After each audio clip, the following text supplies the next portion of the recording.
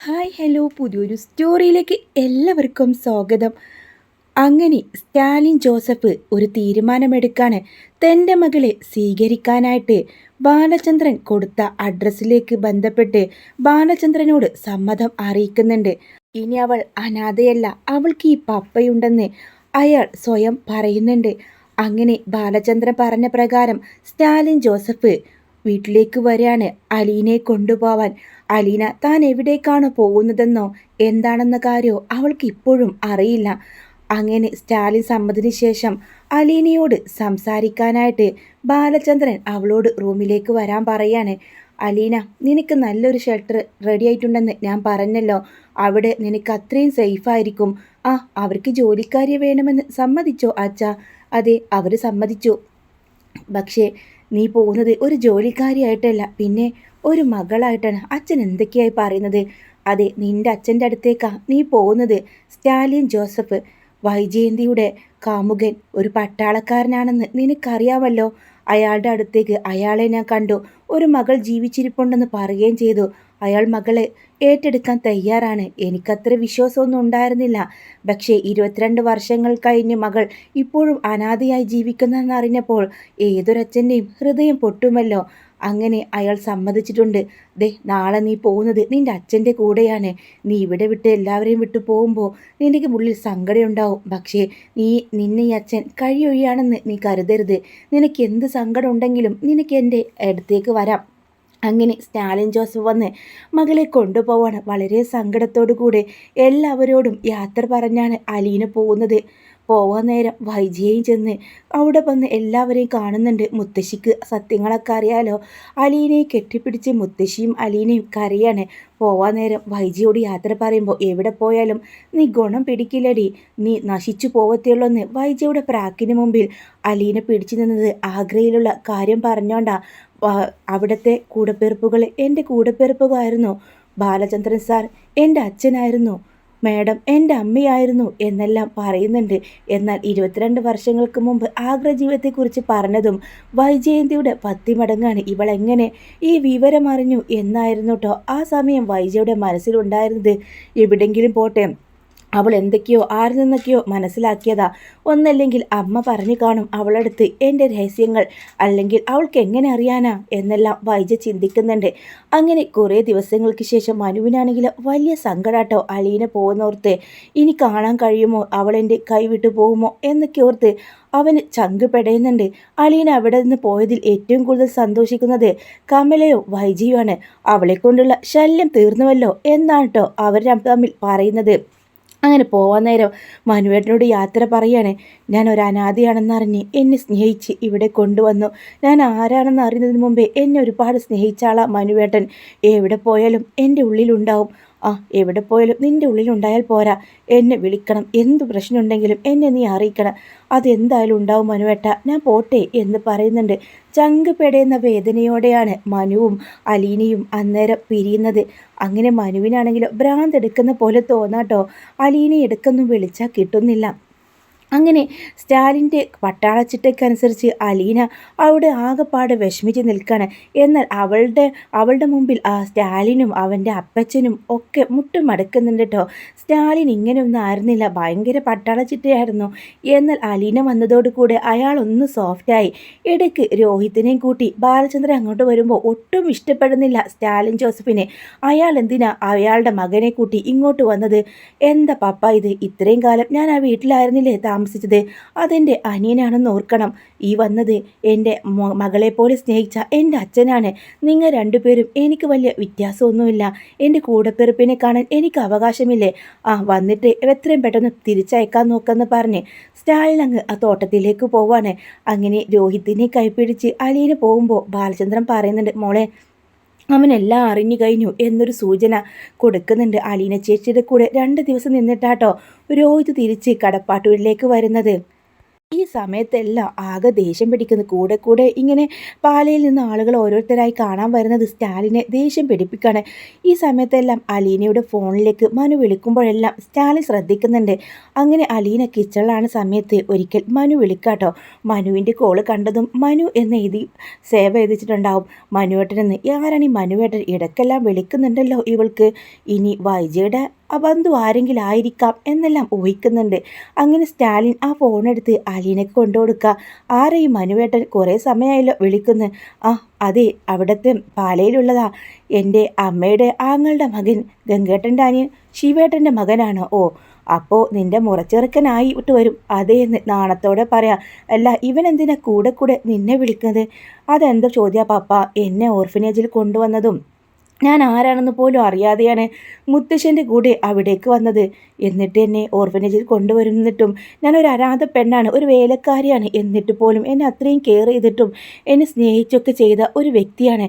ഞാൻ ആരാണെന്ന് അറിയുന്നതിന് മുമ്പേ ഒരു അനാഥ പെണ്ണാണെന്നൊക്കെ കരുതിയിട്ട് തന്നെ എല്ലാം മനസ്സിലാക്കിയിട്ട് ഞാനവിടെ പിടിച്ചു നിന്നതും ഇദ്ദേഹം ഉള്ളതുകൊണ്ട് മാത്രമാണ്. അതെന്താ, നിങ്ങൾക്കിടയിൽ എന്തെങ്കിലും ബന്ധമുണ്ടോ? എന്ത് ബന്ധാ പപ്പ ഉദ്ദേശിക്കുന്നത്? അതെ, ആ വീട്ടിൽ പല പ്രതിസന്ധികളിലൂടെ ഞാൻ കടന്നു പോയപ്പോൾ എന്നെ രക്ഷകയാക്കിയും ഞാൻ തെറ്റുകാരില്ലെന്ന് എല്ലാവരും തിരിച്ചറിയിപ്പിച്ചു കൊടുത്തതും ഈ മനുവേട്ടനാ. ആ ഒരു സ്നേഹം എനിക്കെന്നും അദ്ദേഹത്തോടുണ്ട്. ഈ സ്നേഹം എന്തായാലും അങ്ങനെ വളരാം ഞാൻ സമ്മതിക്കില്ല എന്ന് മനസ്സിൽ കരുതിക്കൊണ്ട് ഫോൺ കൊടുക്കുക. അലീന അപ്പുറത്തേക്ക് മാറി നിന്ന് വളരെ സന്തോഷത്തോടെ സംസാരിക്കുകയും ചിരിക്കെ കാണുമ്പോൾ സ്റ്റാലിന് കിടപ്പുവശം മനസ്സിലാവുന്നുണ്ട്. ഇവർ തമ്മിൽ ഒരു സ്നേഹബന്ധം ഉണ്ടെന്ന കാര്യം മനസ്സിലാവണേ. എന്തൊക്കെ സംഭവിച്ചാലും ആ കുടുംബത്തിലേക്ക് എൻ്റെ മകളെ ഞാൻ പറഞ്ഞു വിടില്ല. ചതിയന്മാരാണ് ഞാനും വൈജിയും. പിരിയാൻ കാരണം അവർ ഓരോരുത്തരുമാണ്. അവർ ചതിയും വഞ്ചനയും മാത്രമേ അവർക്കറിയൂ. എൻ്റെ മകളെ ഇനി ഞാൻ ആ വീട്ടിലേക്ക് പറഞ്ഞു വിടില്ലെന്ന് അയാൾ ദൃഢനിശ്ചയം എടുക്കുന്നുണ്ട്. അങ്ങനെ പലപ്പോഴൊക്കെ മനുശങ്കർ വിളിക്കുമ്പോൾ അലീനയെ കിട്ടാതാവുകയാണ് കേട്ടോ. അങ്ങനെ മനുവിന് വല്ലാത്ത സങ്കടമാവാണ്.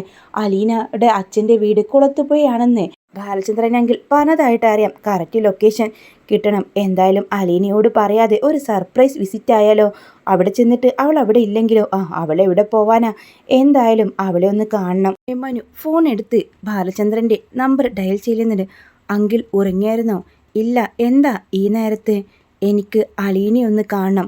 മനു, അതവർക്ക് ഇഷ്ടപ്പെടില്ല. അവളുടെ പപ്പയുടെ സ്വഭാവം നിനക്ക് അറിയാഞ്ഞിട്ടാണ്. പക്ഷേ എനിക്കവളെ കാണണമെങ്കിൽ അങ്കിളിനെ അറിയാലോ. ശരി തന്നെ, പക്ഷേ അലീനെ നീ സംസാരിക്ക്. അവിടുത്തെ സാഹചര്യത്തിനനുസരിച്ച് നിനക്കവളെ കാണാം. അവൾ എന്തായാലും ഇപ്പോൾ വരേണ്ട എന്നേ പറയൂ. എനിക്കവളെ കാണാതിരിക്കാൻ പറ്റുന്നില്ല. ഇവിടുത്തെ കാര്യം അറിയാലോ. എൻ്റെ വിവാഹത്തിന് വേണ്ടി ഇവിടെ എല്ലാവരും നിർബന്ധിക്കുന്നുണ്ട്. പക്ഷേ അലീനയെ ഞാൻ വിവാഹം കഴിക്കൂ എന്ന് നിർബന്ധിച്ച് പറഞ്ഞതാ. എനിക്കവൾ എന്തായാലും കാണണം.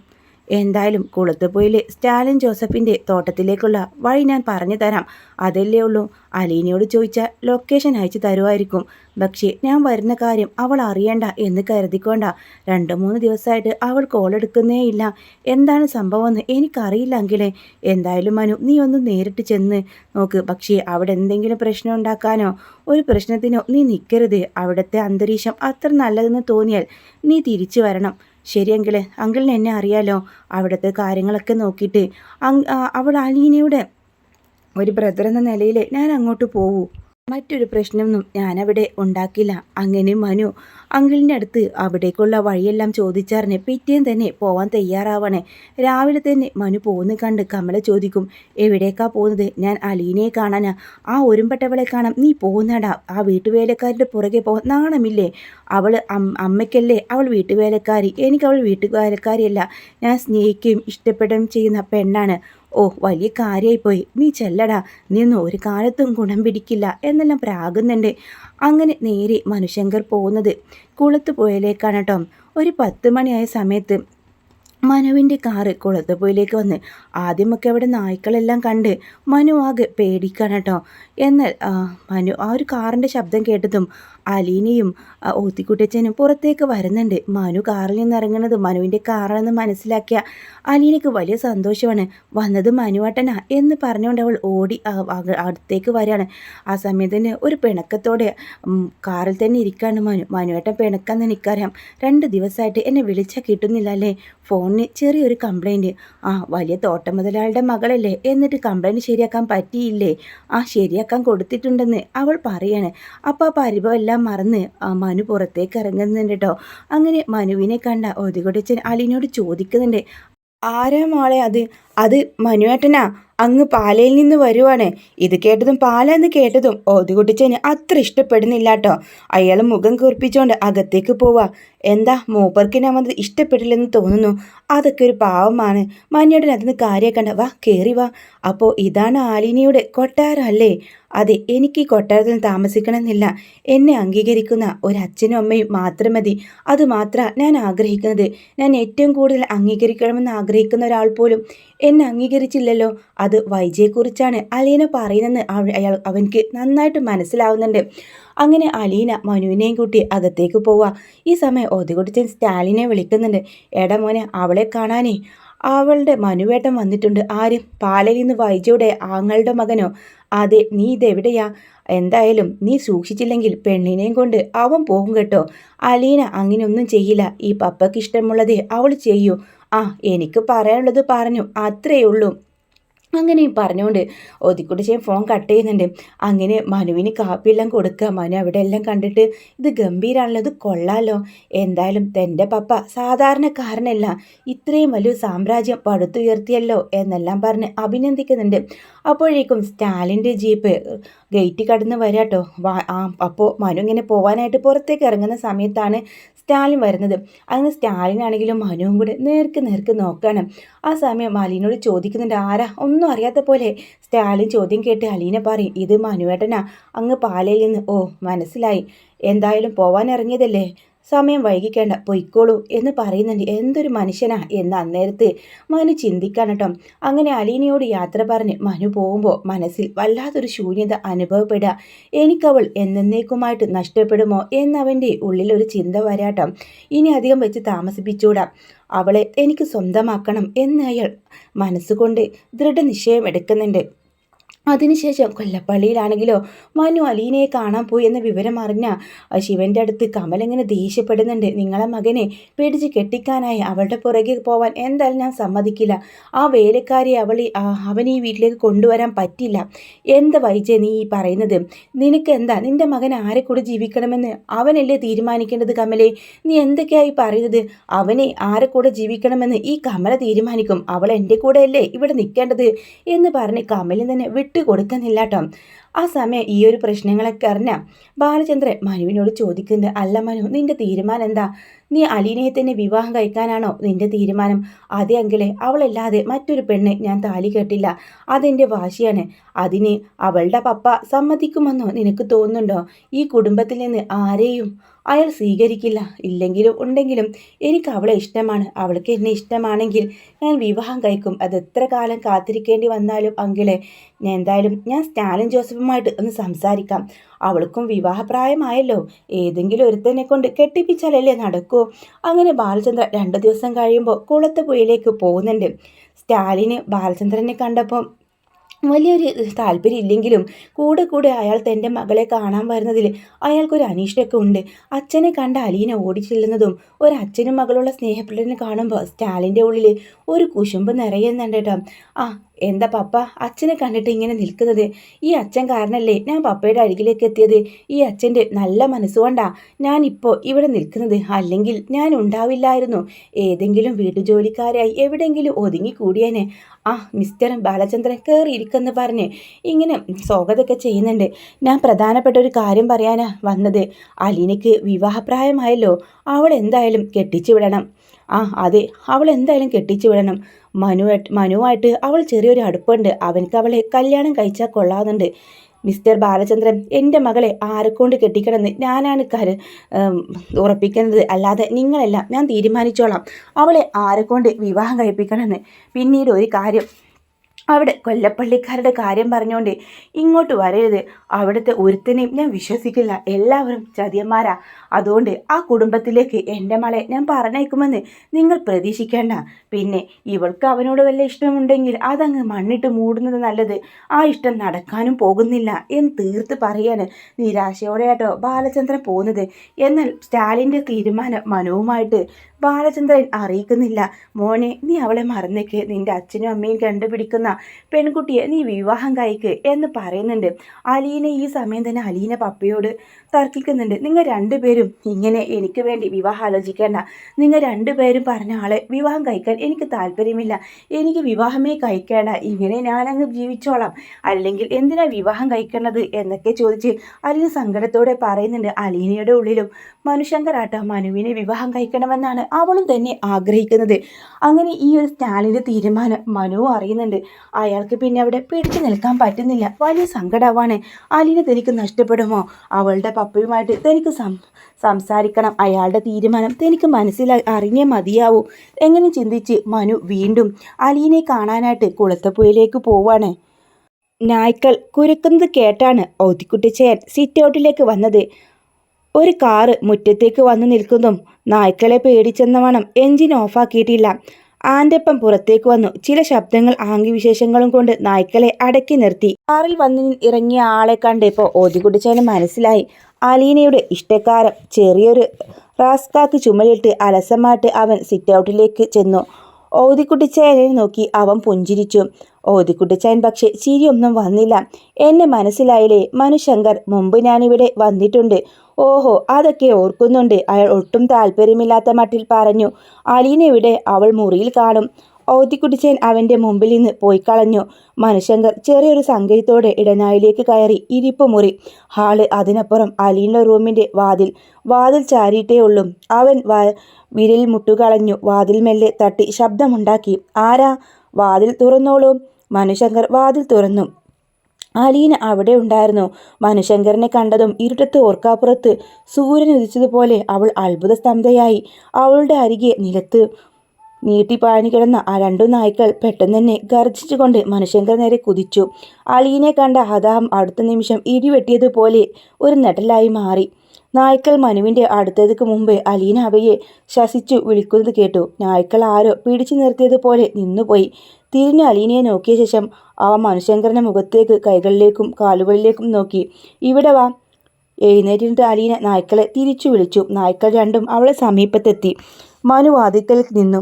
മനുവായിട്ട് ഇങ്ങ് കയറി പോന്നോട്ടോ, ഇവരെ പേടിക്കേണ്ട. മനുവിൻ്റെ ശങ്ക തീർന്നില്ല. കഷ്ടം, ഇത്രയുള്ളൂ എന്നെ വിശ്വാസം. മനുശങ്കർ ധൈര്യം സംഭരിച്ച് കട്ടിലിന് സമീപത്ത് നായ്ക്കൾ അനങ്ങാതെ അവനെ നോക്കിക്കൊണ്ട് നിന്നു. മനു അലീൻ്റെ നേർക്ക് കൈനീട്ടി. അവൾ ആഗ്രഹം ഗ്രഹിച്ചു. മനുവേട്ടൻ പേടിച്ചോ? പിന്നെ പേടിക്കാതെ. കടുവകളെ പോലെയല്ലേ രണ്ടെണ്ണം നേരെ മുമ്പിലോട്ട് ചാടി വീണേ നമ്മുടെ ഭൂതമോ ഭാവിയോ വർത്തമാനോ എല്ലാം കത്തിച്ചാമ്പലാവില്ലേ? സോറി, മനുവേട്ടനാണെന്ന് ഞാൻ അറിഞ്ഞില്ലല്ലോ. ഇരിക്കും മനുവേട്ട. ആ കസേര ഇങ്ങോട്ട് നീക്കിട്ടോ. എനിക്ക് കാല് നിലത്ത് കുത്താൻ മേലാഞ്ഞിട്ടാ. കാലിന് തീരെ സുഖമില്ല. മനുശങ്കർ ഓരോ കസേര നീക്കി കട്ടിലിനരികെ കൊണ്ടുവന്നിട്ടു. അവൻ ഇരുന്നു. നായ്ക്കൾ അവൻ്റെ കാൽ മണപ്പിച്ചു നോക്കി. മനു സംശയത്തോടെ നായ്ക്കളെ നോക്കുന്നത് കണ്ട് അലീന പറഞ്ഞു. പേടിക്കേണ്ടെന്നേ, മനുവേട്ടനെ മണം പിടിച്ചെടുത്താ സേവ് ചെയ്ത് വെക്കുക. അടുത്ത തവണ അബദ്ധം പറ്റരുതല്ലോ. മനുശങ്കറിന് ചിരി വന്നു. അലീന വിസ്മന്നിയായി അവൻ്റെ മുഖത്തേക്ക് നോക്കി. എന്താ ഇങ്ങനെ നോക്കുന്നത്? മനുശങ്കർ പുഞ്ചിരിയോടെ ചോദിച്ചു. എനിക്ക് അതിശയം തീരുന്നില്ല. ഇതൊരു ഷോക്കായിപ്പോയി കേട്ടോ. എന്നോടൊന്ന് സൂചിപ്പിച്ചു പോലുമില്ലല്ലോ വരുമെന്ന്. ഓർക്കാപ്പുറത്ത് കാണഞ്ഞൊരു കൊതി, ആരൊക്കെയോ പറ്റിച്ചൊരു കള്ളത്തരം കാട്ടുന്ന സുഖം, ഒരു കുസൃതി, പിന്നെ എന്തൊക്കെയോ അവൻ പറഞ്ഞു. മനുവിടെ ക്ഷീണമായിരുന്നല്ലോ. യാത്ര ചെയ്തിട്ടാ നേരെ ഇങ്ങോട്ട് പോകുന്നത്. അതൊക്കെ പോട്ടെ, ഇവിടുത്തെ കാര്യങ്ങൾ എന്തായി? ചെയ്യാൻ മനസ്സിൽ കണക്കുകൂട്ടിയതൊക്കെ കഴിഞ്ഞില്ലോ. ഒരു തോൽവി പറ്റി. പപ്പയുടെയും ഭാര്യയും മക്കളെയും ഇവിടേക്കും അവരെ ഒന്നിപ്പിക്കാനും കഴിയുമെന്ന് വിചാരിച്ചതാ. അത് നടന്നില്ല. അത് സാരമില്ല. കാലൊക്കെ റെഡിയാകുമ്പോൾ എല്ലാം ശരിയായിക്കോളും. എല്ലാം നമ്മുടെ വിവാഹ കാര്യങ്ങളെല്ലാം എന്തായി? നിന്റെ പപ്പ സമ്മതിക്കുന്നില്ലെന്ന് കേട്ടു. അതിപ്പോൾ പപ്പ സമ്മതിക്കണമെങ്കിൽ കുറച്ച് കാലം കാത്തിരിക്കണം. എത്ര കാത്തിരിക്കാനും ഞാൻ തയ്യാറാണ്. പക്ഷേ നിന്റെ പപ്പ സമ്മതിക്കണം, അത്രയേ ഉള്ളൂ എനിക്ക്. ഈ മനുവിൻ്റെ ജീവിതത്തിൽ മറ്റൊരു പെണ്ണുണ്ടാവില്ല എന്ന് പറഞ്ഞ് അലീനയുടെ കരം ഗ്രഹിക്കുമ്പോഴാണ് പെട്ടെന്ന് വാതിൽക്കൽ ഒരു ഗർജനം. അത് കേട്ടതും മനു അലീനയും നെട്ടി എണീക്കുന്നുണ്ട്. ആരോട് ചോദിച്ചിട്ടാ ഈ വീടിനകത്തേക്ക് കയറിയതെന്ന് മനുവിനോട് ചോദിക്കുക. എന്താ പപ്പ ഇത് മനുവേട്ടനാ, പപ്പയ്ക്ക് അറിയില്ലേ എന്നെ കാണാൻ വരുന്ന, അതറിയാവുന്ന കൊണ്ട് തന്നെയാണ് ചോദിച്ചത്. ഇവനാരാ അകത്തേക്ക് കയറ്റിയത്? പപ്പ എന്താ ഇങ്ങനെയൊക്കെ? സ്റ്റാലിന് മനു വന്നത് ഒട്ടും ഇഷ്ടപ്പെടുന്നില്ല. നീ ഒരക്ഷരം മിണ്ടരുത്. നിന്നെ ആര് വിവാഹം കഴിക്കണമെന്നും നീ ആരെ കൂടെ ജീവിക്കണമെന്ന് ഞാനാണ് തീരുമാനിക്കേണ്ടത്, അല്ലാതെ ഇവനല്ല. ആ സമയത്ത് തന്നെ മനുശങ്കർ സോറി പറയുന്നുണ്ട്. സോറി ഒന്നും വേണ്ട, നിന്നെ ഞാൻ ഇതേ പുറത്ത് കൊണ്ടുവിടാം എന്ന് പറഞ്ഞുകൊണ്ട് തന്നെ മനുവിൻ്റെ കൈ പിടിച്ചു വലിച്ചുകൊണ്ട് പുറത്തേക്ക് കൊണ്ടുപോവാണ്. അന്നേരത്ത് മനു അലീനെ ഒരു നോട്ടം നോക്കുന്നുണ്ട്. അലീനയ്ക്കും വലിയ സങ്കടമാവാണ്. അങ്ങനെ മുറ്റത്തെത്തിയ സ്റ്റാലിൻ ജോസഫ് ചോദിക്കുന്നുണ്ട്, നീ എന്തിനാ ഇവിടേക്ക് വരുന്നത്? എനിക്ക് പറയാനുള്ളത് നിൻ്റെ അങ്കിളിനോട് ഞാൻ പറഞ്ഞല്ലോ, എനിക്ക് നിന്നെക്കൊണ്ട് അവളെ കെട്ടിക്കാൻ യാതൊരു താല്പര്യവുമില്ല. അവൾക്ക് നല്ലൊരു പയ്യനെ കണ്ടെത്താൻ നിനക്ക് എന്തുണ്ട് സാലറി? നിൻ്റെ സാലറിയൊന്നും അവൾക്ക് തികയില്ല. അവൾക്ക് അനാഥാലയങ്ങൾക്ക് കൊടുക്കാൻ തന്നെ അത് തികയുള്ളൂ എന്നൊക്കെ മട്ടിൽ വല്ലാതെ പൗരുഷമായിട്ട് സംസാരിക്കാൻ കേട്ടോ. തൽക്കാലം ഇനി അവളെ അങ്ങ് മറന്നേക്ക്. അവൾക്ക് പറ്റിയ ഒരു പയ്യനെ ഞാൻ കണ്ടെത്തിയിട്ടുണ്ട്, എത്രയും പെട്ടെന്ന് വിവാഹം നടത്തുകയും ചെയ്യും എന്ന് പറയുമ്പോൾ ഭയങ്കര സങ്കടത്തിലാട്ടോ മനു പോകുന്നത്. അങ്ങനെ മനുവിന് മനസ്സിലാവാം എന്നേക്കുമായി അലീനെ തനിക്ക് നഷ്ടപ്പെട്ടെന്ന്. അവൾ ആരാരുമില്ലാത്തപ്പോൾ അവളെ കൂടെ നിന്നാ അവൾക്ക് അങ്ങനെ തന്നെ മതിയായിരുന്നു. അവൾക്ക് അച്ഛനും അമ്മയും ഒന്നും വേണ്ടായിരുന്നു, ഞാൻ പൊന്നു പോലെ നോക്കായിരുന്നു എന്നെല്ലാം ചിന്തിച്ച് മനു കാറ് ഇങ്ങനെ റോഡ് സൈഡിൽ ഒതുക്കിക്കൊണ്ട് പൊട്ടിക്കരയുന്നുണ്ട്. അവൻ്റെ മനസ്സിലോട്ടാണെങ്കിലും അലീനെ മറക്കാൻ പറ്റുന്നില്ല. അങ്ങനെ അലീന അവനിങ്ങനെ കൂടെ വിളിക്കുന്നുണ്ടെങ്കിലും അവൻ ആ കോൾ അറ്റൻഡ് ചെയ്യുന്നില്ല കേട്ടോ. സങ്കടപ്പെട്ട മനുവേട്ടൻ പോയത് ഒരിക്കലും അംഗീകരിക്കാൻ പറ്റില്ല. തനിക്ക് മനുവേട്ടനെ നഷ്ടപ്പെടുമോ എന്നൊരു ഭയം അലീനയുടെ ഉള്ളിലും വരുന്നുണ്ട്. അലീന ആണെങ്കിലോ സ്റ്റാലിനോട് ചോദിക്കുന്നുണ്ട്, പപ്പ മനുവേട്ടനോട് എന്തു പറഞ്ഞു എന്ന് ചോദിക്കാണ്. ഞാനൊന്നും പറഞ്ഞില്ല. അല്ല, മനുവേട്ടനോട് എന്തോ പപ്പ പറഞ്ഞിട്ടുണ്ട്, എനിക്കറിയാം. അതുകൊണ്ടാണ് അവർ വിളിച്ചിട്ട് പോലും ഫോൺ എടുക്കാത്തത്. ഞാൻ പറഞ്ഞല്ലോ അലീന, ഈ ബന്ധത്തിന് ഞാൻ ഒരിക്കലും സമ്മതിക്കില്ല. ആ വീട്ടിലേക്ക് നിന്നെ ഞാൻ പറഞ്ഞു വിടില്ല എന്ന് പറയുന്നുണ്ട്. ഇത് കേട്ടതും നിരാശയോടെ തല കുനിച്ച് നിൽക്കാട്ടോ അലീന. എന്നേക്കുമായി മനുവും അലീനയും വേർപിരിയുമോ? അടുത്ത എപ്പിസോഡിൽ നമുക്ക് കാത്തിരുന്ന് കാണാം. വീഡിയോ ഇഷ്ടമാണെങ്കിൽ ലൈക്ക് ചെയ്യാനും ചാനൽ സബ്സ്ക്രൈബ് ചെയ്ത് സപ്പോർട്ട് ചെയ്യാനും മറക്കല്ലേ.